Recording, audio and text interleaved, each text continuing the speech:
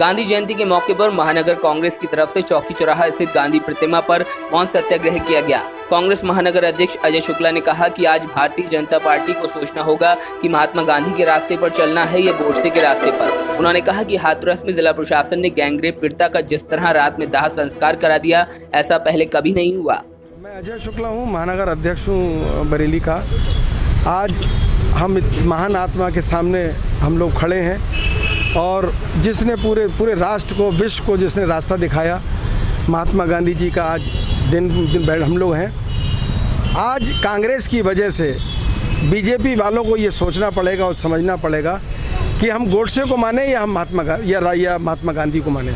एक तरफ इन्हीं के लोग महात्मा गांधी को पूज रहे हैं, एक तरफ ये गोडसे को पूछ रहे हैं। कांग्रेस ने हमेशा महात्मा गांधी के रास्ते पे, अहिंसा के रास्ते पे चले हैं और उसी पे हम लोग काम कर रहे हैं। आज जिस तरीके से ये बीजेपी की गवर्नमेंट ने एक जो हाथरस में कांड हुआ, 17 दिन तक उसकी कोई रिपोर्ट नहीं लिखी गई। जब रिपोर्ट लिखी गई तो वो मरणासन थी। और आप किस तरीके से आप हिंदूवादी आप बात करते हैं कि कहते हैं मैं हिंदुस्तान में हिंदुओं का प्रतिनिधित्व करूंगा। किसी भी मजहब में आज तक रात में कभी भी क्रियाक्रम नहीं हुआ है। रात में जिस तरीके से डीएम ने, जिस तरीके से योगी की सरकार ने रात में उनका दाह संस्कार कराया, ये बहुत ही शोचनीय विषय है और बहुत ही निंदनीय विषय है। हम कांग्रेस लोग प्रियंका जी और राहुल जी के नेतृत्व में आज देश की लड़ाई लड़ रहे हैं। हम आज बेरोजगारों की लड़ाई लड़ रहे हैं, आज हम किसानों की लड़ाई लड़ रहे हैं। ये पहली बार हुआ है कि जिस तरीके से जब हमारा सेशन चल रहा था, बीच में ही इन्होंने ख़त्म कर दिया। कभी ऐसा नहीं हुआ और जब भी होता था तो टाइम देते थे। और इन्होंने अभी आपने देखा होगा जो हमारे यहाँ के मंत्री जी हैं, उन्होंने जो फैक्ट्रियाँ हैं उनमें 300 लोगों से ऊपर में अगर छटनी करनी है तो आप छटनी कर सकते हैं। ये पूरी गवर्नमेंट, ये योगी की सरकार और मोदी की सरकार, ये पूंजीपतियों से चल रही है और पूंजीपतियों के लिए चल रही है। बड़ी बड़ी कंपनियां, अडानी, इंडियन ऑयल, भेल, गेल, जो कांग्रेस की दीव धरोहर थी उसको ख़त्म करने का इन्होंने काम किया है। आज कांग्रेस के लोग सब एकजुट हैं और इनका जो ये काम कर रहे हैं उसका पुरजोर विरोध कर रहे हैं। और आने वाला समय हमारा कांग्रेस का होगा और हम लोग इसीलिए सत्याग्रह करने के लिए यहाँ पर एकत्रित हुए। आज का ये सत्याग्रह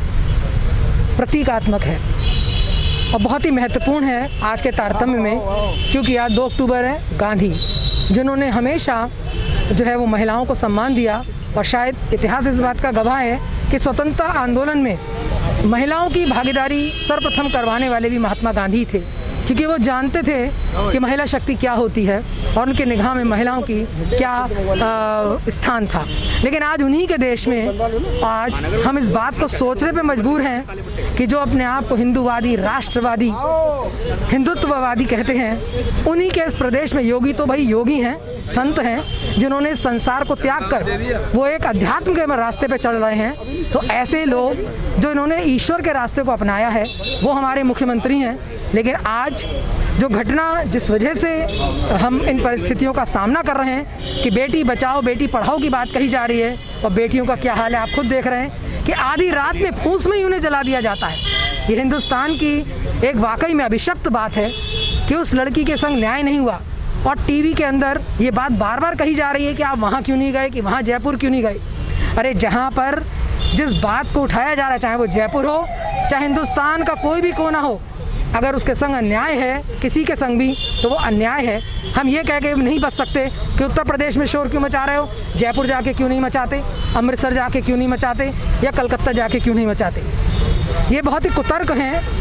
और इस उसमें मैं ये कहना चाहूँगी कि हमें ये समझ में नहीं आ रहा कि ये जो बार बार प्रगति और विकास की बातें हो रही हैं, तो विकास किस तरफ जा रहा है। कुछ लोगों की जेब की तरफ जाके वो ख़त्म हो रहा है और कुछ लोगों के फ़ायदे की तरफ जाके ख़त्म हो रहा है, क्योंकि आम जनता को कोई राहत नहीं है, आम जनता को कोई सुनने वाला नहीं है।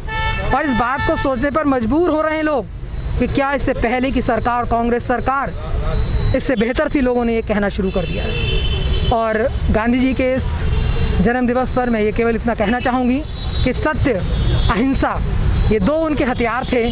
तो हम इन दोनों हथियारों में योगी जी से अपील करना चाहूँगी कि कम से कम अहिंसा की बात मत करो, चलो भाई, लेकिन सत्य की तो बात कर सकते हो, क्योंकि योग जो है वो सत्य से परे नहीं है। आज हम 2 अक्टूबर का दिन है, महात्मा गांधी के कुछ न्याय हैं।